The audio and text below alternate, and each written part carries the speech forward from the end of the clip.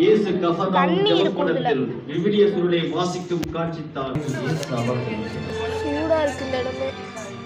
இரவு முழுவதும் பாடுபட்டும் ஒன்றும் அகப்படாத வளர்ச்சியில் இருந்த மீனவரிடம் வலைகளை வலது பக்கம் வீச சொல்லி அவர்கள் எல்லையில்லாத மீன்களை பிடிக்க அதனால் தன்னை பின்பற்றி வருமாறு இயேசு அழைக்க அவர்களும் அனைத்தையும் இயேசுவின் வல்லமையை சந்தித்த மற்றொரு இடம் கானா என்ற கிராமம்.